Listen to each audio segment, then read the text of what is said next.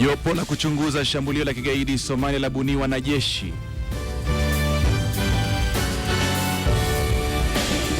Hii ina maana familia zilizopoteza wapendwa wao Somalia kusubiri zaidi.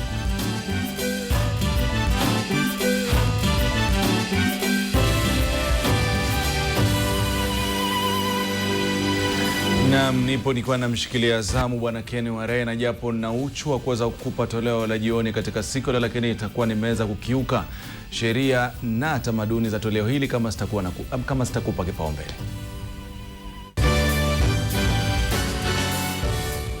Wabunge wa kodi wametaka OMAMO kung'atuka wakidai amelemewa na majukumu ya ulinzi. Familia yataka haki mwanafunzi akidaiwa kupigwa hadi kufa na mwalimu Nyeri. Wanafunzi zaidi ya 100,000 waliofanya KCPE kukosa nafasi za kidato cha kwanza. Na wasichana 5 waepa ndoa za mapema na kuokolewa Pokot Magharibi.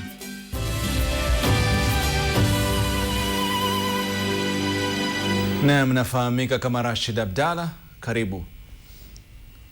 Mkuu wa majeshi Bwana Samson Mwathethe ameteua jopo la kuchunguza yaliyojiri katika shambulio la Al-Shabaab kwenye kambi ya KDF eneo la El Ade nchini Somalia.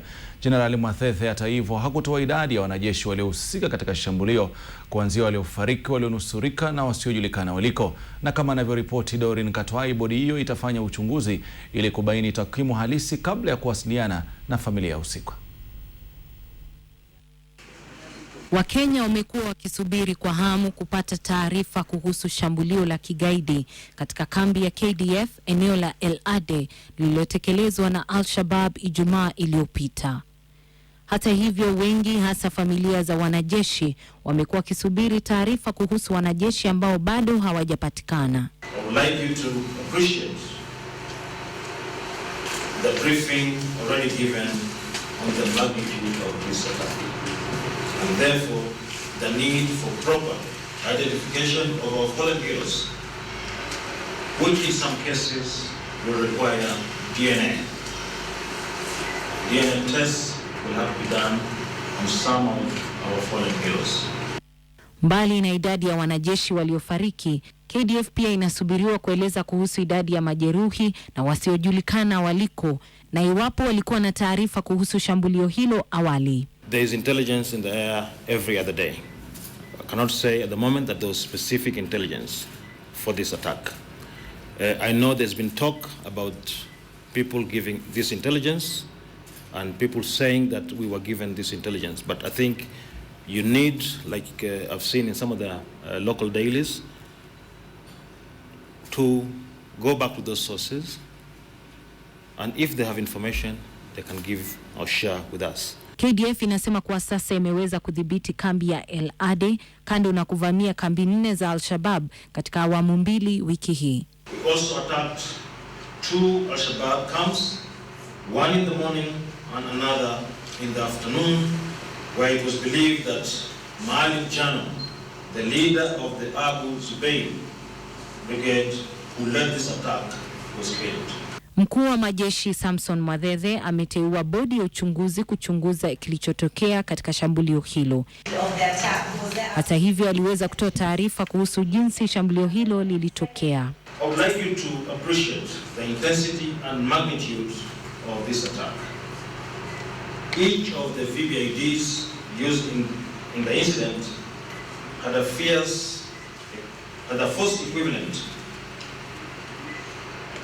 to the terrorist attack on the embassy in Nairobi in 1998. Licha ya kuwa KDF imetoa taarifa kuhusu shambulio la El Ade Ijumaa iliyopita, kwa baadhi ya familia za wanajeshi waliohusika na shambulio hilo wanasalia kuwa na hofu wasijue hatma ya wapendwa wao. Dorin Katwai, QTV, makao makuu ya jeshi, Nairobi. Na tukisalia katika taarifa zinazofungamana na shambulizi hilo, ni kwamba wabunge wa mrengo wa kodi wamemtaka waziri wa ulinzi Rachel OMAMO kuondolewa kutoka wadhifa wake kutokana na kile wanachodai kuwa kushindwa kuwapa motisha wanajeshi wa KDF. Kwa mujibu wa bunge hao, OMAMO anafaa kupewa majukumu mengine mepesi. Kutokana na shambulio la Al-Shabaab dhidi ya wanajeshi wa KDF katika kambi ya El Ade nchini Somalia, wabunge wa ODM chini ya mrengo wa kodi wamemtaka waziri wa ulinzi Rachel OMAMO aachishwe kazi. Hello guys. Kwa mujibu wao, OMAMO wamekosa kuwapa motisha wanajeshi wa KDF wanaopambana na magaidi wa Al-Shabaab huko Somalia. You see, this lady, when you look at her and the way she does her functions and performs, including when these soldiers were coming back home, either injured or in dead form, you could see she was just crying. I think the last job she should perform is to be the chair of the burial committee of those soldiers. Then after that, the president must relieve her of duties. La mno ni kile wanachodai kuwa jinsi wizara ya OMAMO ilivyowashughulikia wanajeshi walioathirika na shambulio hilo. Aidha, wanadai kuwa majukumu ya wizara husika huenda yanamlemea, ndipo wanamtaka Rais Uhuru Kenyatta kumpa majukumu mepesi. I think Rachel OMAMO as a defense secretary is a mistake. You saw even when this incident happened, the first person to speak about it was Jenon Kaiseri and to some extent Marwa, the county commissioner of Mombasa. She only came into the picture much later.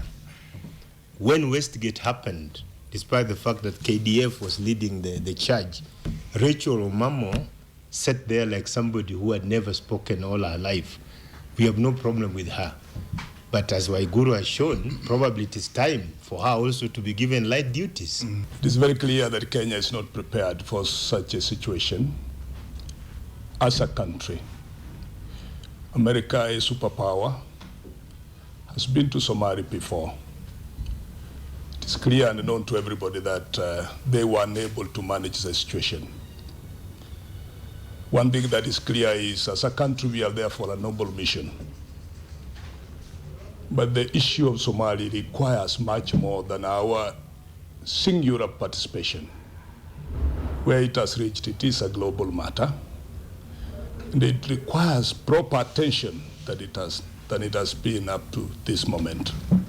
Nao viongozi kutoka kaunti ya Pokot Magharibi wamesisitiza kuwa wanajeshi hao wa KDF wanafaa kusaki huko Somalia kupambana na wahaini wa Al-Shabaab. Let us support the families of those who have lost.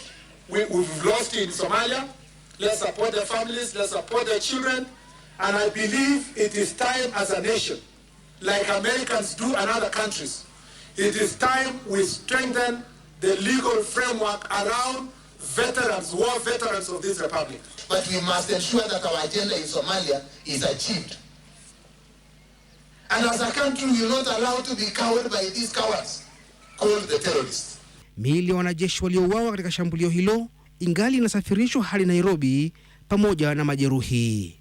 Alex Kiarie, QTV.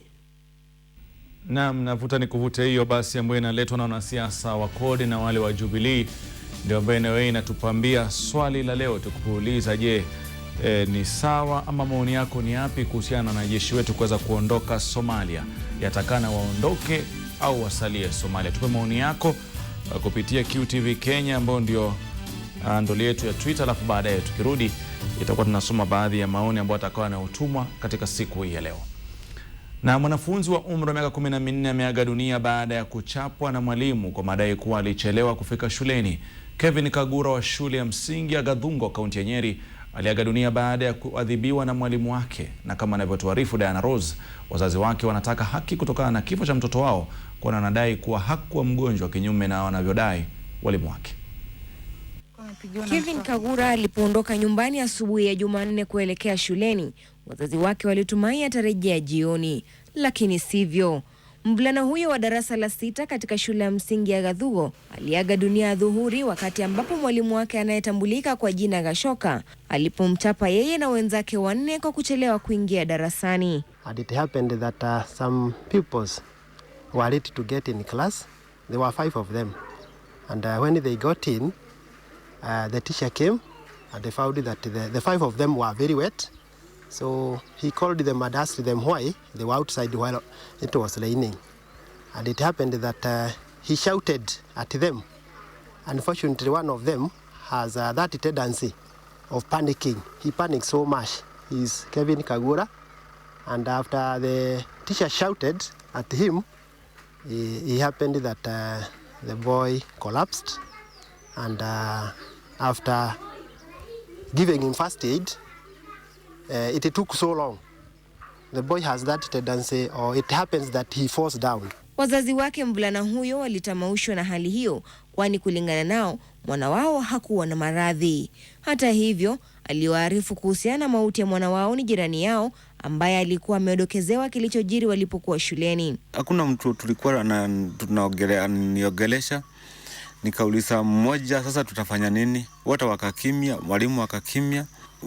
Sasa ndio walikuja na ambulance kukuta already mtoto alikuwa dead. Sasa wakasema hawezi kumchukua, ni police case. Kulingana na baadhi ya wanafunzi wa shule hiyo, walikatazwa kufichua kilichokuwa kimefanyika kwa ahadi kwamba watanunuliwa keki na mwalimu mkuu.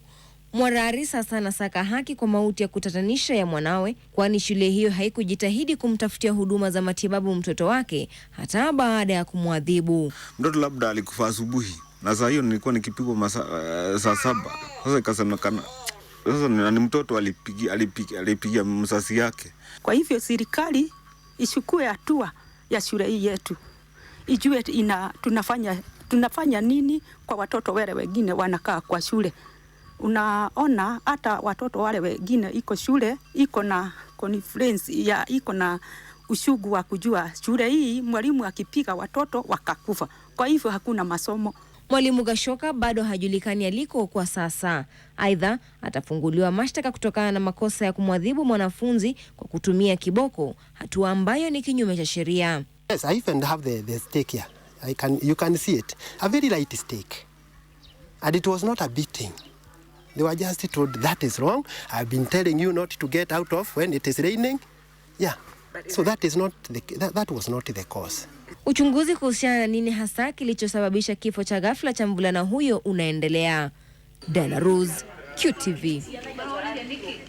Huenda wanafunzi wapatao 100,000 waliofanya mtihani wa kitaifa wa darasa la 8 wakakosa nafasi ya kidato cha kwanza. Hii ni licha Wizara ya Elimu kuongeza nafasi hizo hadi kufikia 759,603. Haya alijiri Alhamisi ambapo Waziri wa Elimu Fred Matiang'i alizindua shughuli ya uteuzi wa wanafunzi watakaojiunga na shule za upili za kitaifa. 7,056 candidates who got 400 marks and above. All of them have been admitted to national schools. Ni matamshi ya Waziri wa Elimu Fred Matiang'i alipozindua shughuli ya uteuzi wa wanafunzi watakaojiunga na shule 103 za upili za kitaifa nchini.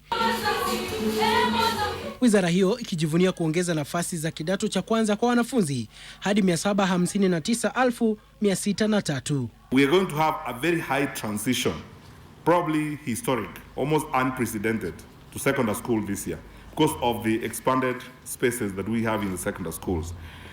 But about 197,938 of our kids will go to technical and vocational educational institutions because they want to pursue various pathways. Wanafunzi waliopata alama 400 na zaidi watahitajika kutuma ujumbe ulio na nambari zao za usajili kwa nambari 20042 na kupata shule za kitaifa watakazojiunga nazo. Wizara ya Elimu imesema kuwa itahamisha shughuli za shule zote kufanyika kidijitali. Head teachers, those of you who have not developed a website for your school, please start now so that by June it is available and we can get information on your school online. And then we can download letters of admission to your school online. And the next thing I'm going to ask you is that please put your finances also online. When we give you money, I'm going to see your budget. This is the amount of money we receive from the Ministry of Education. This is what we got from CDF and so on and so forth. Because we cannot put out 48 billion shillings every year in infrastructure and maintenance, and I cannot see it. Uteuzi wa wanafunzi watakaojiunga na shule za ziada za kaunti na zile za kaunti utafanyika Jumatatu ijayo, huku ule wa watakaojiunga na shule za kaunti ndogo zikifanyika Jumatano ijayo. Wizara ya Elimu imesema kuwa imeafikia usawa katika uteuzi wa wanafunzi watakaojiunga na kidato cha kwanza kwa kujali maslahi ya shule za kibinafsi na zile za umma. Chris Oyer, QTV, Nairobi. Na Mamlaka ya Taifa ya Usalama na Uchukuzi NTSA imetoa makataa kwa wamiliki wa huduma wa magari yote ya abiria kuondoa mabomba yote ya moshi yanayotoa kelele kupitia kiwango kinachostahili kabla ya Jumatatu juma lijalo. Mwenyekiti wa mamlaka hiyo Lee Kinyanjui ametaja matumizi ya aina hiyo ya mabomba pamoja na uchezaji wa mziki kwa sauti za juu kwa ukiukaji wa kanuni za kutunza mazingira, hivyo kuwataka wadau kulitekeleza agizo hilo mara moja. Ni baadhi ya mabadiliko yanayotarajiwa kushuhudiwa kwenye magari ya kubebea abiria ifikapo Jumatatu ijayo, pale mabomba ya kutoa moshi yasababishayo kelele zaidi ya jinsi ilivyo kwa baadhi ya mabasi haya jijini Nairobi yatakapohitajika kusitisha matumizi ya mitambo hii. There are a number of vehicles operating as PSVs that have made significant modification on the exhaust system to the extent that the noise emission is far beyond the acceptable limits. In particular, like here in Nairobi, you have instances of vehicles operating, say, on Ngong Road through hospitals like Kenyatta National Hospital, and the noise can actually be heard even in the hospital, and that becomes a major disruption. Some of these vehicles also go through offices, through schools, and that modification is, of course, a violation of the regulations that we have given. Kando na mabomba ya kutoa moshi, mamlaka ya NTSA aidha inawataka wahudumu na wamiliki wa magari ya abiria kutocheza muziki kwa sauti ya juu, huku michoro na upakaji wa rangi kupita kiasi kwenye magari kukitajwa kwa kero jingine kubwa zaidi. We did give the regulations for guiding how the art would be presented in these vehicles as a way of encouraging young people in art and all the other things. But I think the important part to note is that they have also done it to the extent that you cannot even be able to identify what circle that vehicle plies. And one of the key condition was that the dominant color of the vehicle would remain, and then number two, you would be able to identify what circle you're dealing with. Zikiwa zimesalia siku 3 kabla ya makataa iliyotolewa na mamlaka ya uchukuzi na usalama NTSA kuanza kutekeleza sheria mpya, wahudumu wa magari ya abiria wamelalamika kwa huenda hatua hiyo ikasababisha biashara kurudi chini, kwani baadhi ya mambo ambayo yameharamishwa ndio huvutia wateja. Sisi tunajaribu vile magari zetu zitapata abiria zaidi kwa kurembesha magari, kuweka hizo exhaust pipe ambazo zinapiga kelele na kuweka round music ambazo abiria wengi wanapenda. Hata screen ndani hizi za TVs tunaweka ndani. Ndio magari ikiwa imekuwa decorated namna hiyo inaweka pesa mingi, hata mwenyewe anafurahia. Sasa wakati gari imekosa hizo vitu kama hizo, inakuwa gari yenyewe inakaa kama gari ya shule. Hata hivyo, kinachosubiriwa ni kuona iwapo sheria hizi mpya zitatekelezwa kikamilifu, hasa ikizingatiwa kwa awali mamlaka hii ilipotoa agizo la kuondoa michoro na grafiki nyingi kwenye magari. Rais Uhuru Kenyatta alitofautiana na agizo hilo. Uhuru alisema watu watengeneze magari wazidecorate, lakini hakuna mahali aliandika. Askari akija anakuambia hakuna mahali Uhuru aliandika. Naona, na ukienda kotini utahukumiwa na ile sheria ilikuwa kabla Uhuru aongee. Shadrack Miti, QTV. Na huku Kenya ikikabiliana na tatizo la ufisadi katika bandari ya Mombasa ambapo bidhaa gushi hupitishwa, leo Rais Uhuru Kenyatta ameshuhudia kuharibiwa kwa bidhaa zilizoingizwa nchini kimagendo.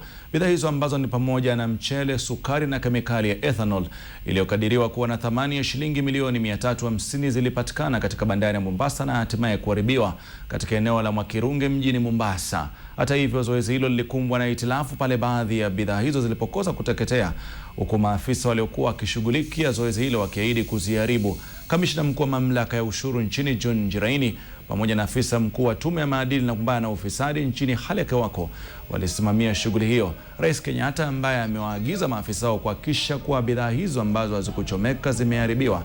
Hata hivyo, wakazi Mombasa wanahisi kuwa huo ulikuwa ni uharibifu tu. Serikali imeanzisha uchunguzi mkali dhidi ya kampuni 10 za humu nchini na nchi jirani ya Uganda zinazokisiwa kuhusika na biashara hiyo haramu. What we are doing today is to implement the announcement we made about destroying the consignments that were seized, which consisted of 39 containers of sugar, 64 containers of ethanol, and we have also added another 50 containers of rice which had been condemned earlier, which is all now going to be part of this process of destruction.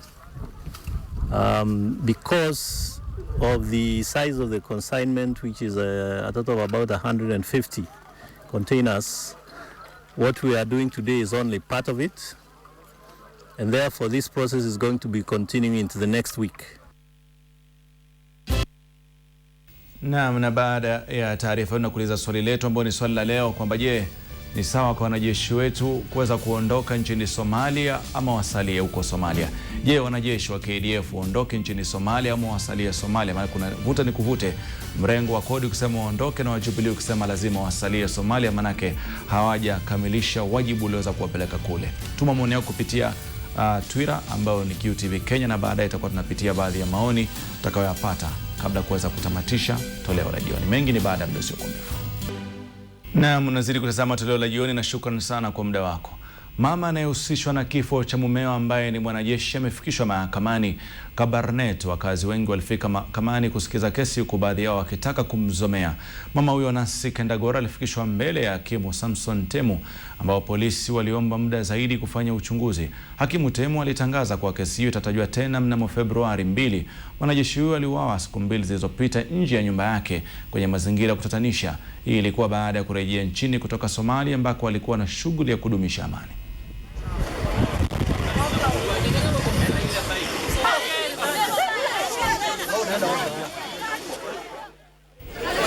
Na wakazi wa kijiji cha Mukuyuni eneo bunge la Tongareni kaunti ya Bungoma wameshangazwa na kutoweka kwa mwili wa mkazi mmoja usiku wa kuamkia mazishi yake. Nadaiwa kuwa huenda mwili huo ulisafirishwa hadi eneo lisilojulikana na mmoja wa jamaa zake kutokana na mzozo kuhusu ardhi. Wakazi wa eneo bunge la Tongareni kaunti ya Bungoma wakiimba nyimbo za maombolezi. Tutoroka tukaachwa hapa wanawake peke yake Yalipangwa kwa mazishi, ila mwili wa marehemu ulitoweka. Mwili wa marehemu Jeno Kiri ulisafirishwa mnamo Jumatano kutoka Mombasa alikofia kwa mazishi nyumbani kwao kijijini Mukuyuni eneo bunge la Tongareni. Hata hivyo, siku ya mazishi ilipowadia, wakazi walishangaa kupata mwili haupo. Kwa mujibu wa jamaa za marehemu Jen, huenda mmoja wa wajomba zake aliuficha mwili huo chini ya ulinzi wa maafisa wa polisi ili kuzuia mazishi kutokana na mzozo wa ardhi. Na mwili vile ilichukuliwa hapa, hakuna statement tuliandika, na hatujui mwili ulienda wapi, na hatujui mpaka saizi huyo marehemu ako wapi, na kama ni njama wamefanya hatujui ni next wanataka kuzika yeye ama wanaenda kumficha ndio wakule ili shamba. Nimemlete na gari kutoka Mombasa, nimegharimika 1,500,000 kumleta hapa sehemu hii, na akaja akakataliwa kwenye gari. Polisi wakawa wako hapa, wako na tia gasi. Mimi nimelia, nimechoka. Halafu ninakuja kutiliwa tia gasi, niendelee na kulia tena. Kwa hivyo ninaomba serikali inisaidie. Hawa wachukuu hawa sitaweza kuwalea. Anayeshukiwa ni mjomba wake kwa jina Alex Okiri, anayedai kumiliki ardhi ya ekari 7 ya wazazi wa marehemu Jen. Hadi kwenda hewani, haikuwa imebainika uliko mwili huo. Hata hivyo, kwa jamaa zake Jen, lililobaki ni msumari kidondani. Kidonda cha kumpoteza mpendo wao na msumari wa kutoweka kwa mwili wake kabla ya kufanyiwa heshima za mwisho. Alex Kiarie, QTV.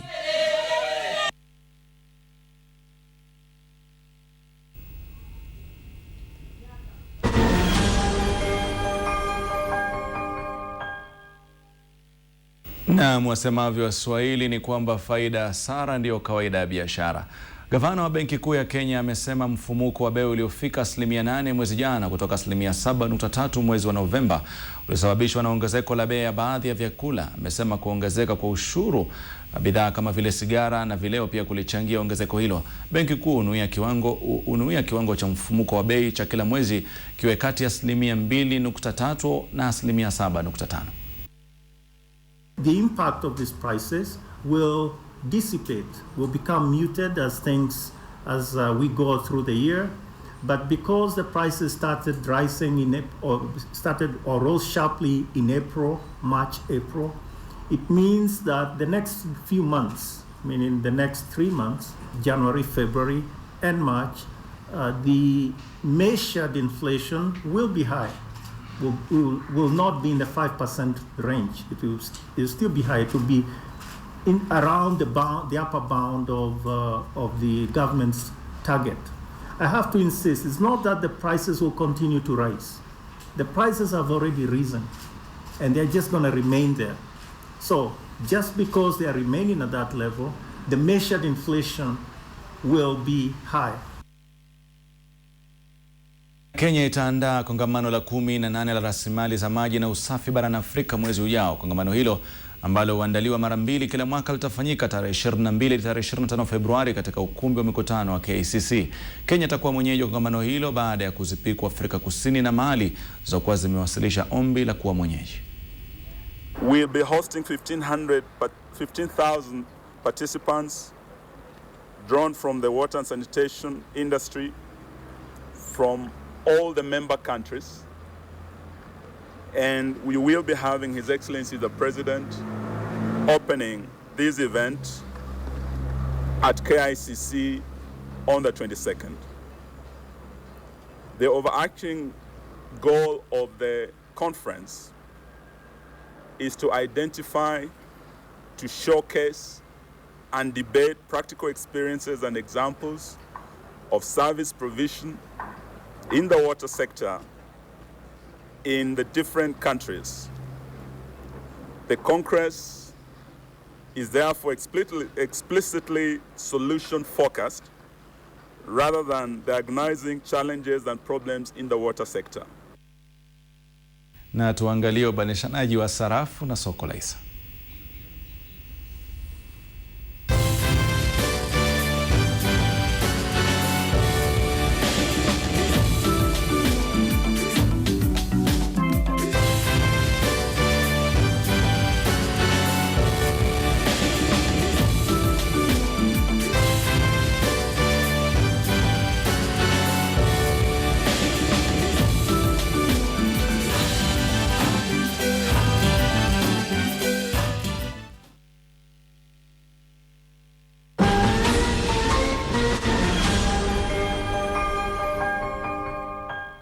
Wakati wa kwenda nyanjani sasa, niita Yoshua Makori, mwanaspoti. Klabu ya kandanda KAKAMEGA HOMEBOYZ inapania kuandikisha matokeo ya kuridhisha katika historia yake kwenye ligi kuu msimu wa mwaka huu. HOMEBOYZ ilipanda daraja kwa kuambulia nafasi ya pili katika ligi ya FKF. Brian Suma amekutana na wachezaji wa timu hiyo kambeni na hii hapa taarifa yake. Na humu nchini utakuwa tofauti na ule wa 2012. Kwani wakati huu klabu ya KAKAMEGA HOMEBOYZ imepanda ngazi kihalali baada ya kumaliza ya pili na alama 67 kwenye ligi ya FKF msimu uliopita. HOMEBOYZ walipandishwa kwenye ligi ya KPL msimu wa 2013 kwa njia isiyoeleweka, lakini hawakuwa na ukakamavu uliohitajika kusalia kwenye ligi hiyo, kwani walishushwa daraja mwishoni mwa msimu huo. Afueni kwa klabu hiyo ni kuwa wana nafasi nyingine ya kudhihirisha ubabe wao kwa kusalia kwenye ligi hiyo mbali na kutoa ubingwa. Nataka tujaribu to make sure timu ikiingia, tukianza league mwaka huu, at least timu ibaki kwa league. Siwezi kusema tunaenda kuwin league. Winning league, that will be a bonus kwetu. Lakini timu ikibaki, we shall be able to organize ourselves na to make sure at least vitu naendelea mzuri. Klabu hiyo imewasajili wachezaji wafikao 6 na kulingana na kaimu mkufunzi wa klabu hiyo, wanatarajia kuona safu itakayotetemesha ulingo wa soka humu nchini. Tuko na vijana wageni ambao wameingia, the likes of Martin Mbalambala wako hapa. Tuko na Juma kutoka Gor Mahia yuko hapa. Tuko na Kulecho kutoka KCB aka hapa. Na tunajaribu kutengeneza kikosi ambayo at least we want to respect ile timu yetu ambayo itakuwa ikicheza kwa kiwanja. Klabu hiyo imepigwa jeki kwa kupokea mdhamini Tabitha Karanja ambaye ni mwanzilishi wa kampuni ya pombe Keroche, hatua itakayorahisisha mambo kifedha kwenye klabu hiyo. Uwanja wa Buhungu ulioko KAKAMEGA mjini utakuwa makao rasmi ya klabu hiyo, lengo ikiwa kusalia kileleni mwa ligi hiyo. Kwa sasa wanafanya maandalizi ya mwisho kabla ya msimu kuanza rasmi Februari 13. Brian Suma, QTV Michezo. Tusalie na kandanda na ni kwamba msimu wa ligi kuu ya soka mwaka huu utang'oa nanga Februari 13, huku michuano kadhaa ikiwa mpangoni kusakatwa. Mabingwa Gor Mahia watapambana na mabingwa ngao ya GoTV Bandari Februari 6 mjini Mombasa katika mechi ya kuwania kombe la Super na ya kufungua msimu. Afisa mkuu mtendaji wa KPL Jako Guda amezipa changamoto timu zote kuwalipa wachezaji donge la maana ili kuleta ushindani. Wewe kama afisa mkuu mtendaji wa KPL msimu ujao utakuwaje? Kwanza msimu ujao utakuwa tena timu zile ambazo tuliona Gor Mahia ilishinda na namba 2 na pointi 20. Kwa hivyo hizo timu lazima ziweze ku pull up their socks, ziweze kupunguza hiyo hiyo gap. Kwa hivyo yangu ni kusema kwamba hizo timu zingine zione kama zinaweza punguza squad zao, zilipo wachezaji vizuri ili wakuwe na timu ambazo zinaweza shindana na kama timu ya Gor Mahia vile msimu huu umekuwa. Pili, ningeweza kueleza kwamba msimu ujao mwaka huu tumepatia shilingi milioni 7.5. Kwa hivyo msimu ujao itaongezeka kidogo. Tungependa sana kwamba labda ipite milioni 10 ili waanze nayo msimu wa 2016. Masuala ya FKF sasa, wagombea na wajumbe wa matawi matano waliopaswa kufika mbele ya bodi ya uchaguzi wa FKF kukagua orodha ya wapiga kura wa uchaguzi wa matawi utakaofanyika Januari 26 yameghadhabishwa kabisa na bodi, kwani shughuli hiyo ilitibuka. Wajumbe 78 wataingia debeni Februari 10 kumchagua rais mpya, ikiwa rais wa sasa Sam Nyamweya hatokitetea kiti. They ask the clubs to come here to verify if they are going to participate in the elections, but the clubs are here, as you can see, but there's nobody to attend to them. You see, like they released the names and delegates of the people from other areas, but Nairobi up to now, we've not seen the list of the clubs and the delegates who are going to participate. So we are just now wondering what is happening. Some of the clubs from up country are here, and they also have the same problems. Some of the names of the clubs and the delegates are missing. So we don't know what's happening, and we just say that this board is just, I don't know, just a big sham. We will not participate in an exercise without verification. That is our stand. If we don't verify the list and the clubs, we will not participate. Even if it's going to court, we'll go to court. They should style up. This is the future of Kenyan kids who are aspiring to be footballers, not somebody seated there by the name Irene Tindi. She's the big mess in this board, and I can't fear to saying that. Tutoke nyumbani na tuende hadi Rwanda, na ni kwamba kipute cha kuwania kombe la CHAN makala ya 4 kimeingia siku yake ya 6 hii leo nchini Rwanda. DR Congo imeingia robo finali baada ya kuinyuka Angola mabao 4-2 katika mechi ya kundi bao uwanjani Huye. Hiyo kesho michuano ya kundi cha itasakatwa, ambako Tunisia itapambana na Nigeria, nayo Niger ikutane na Guinea dimbani Nyamirambo. Finali itafanyika Februari 7 uwanjani ya Mahoro.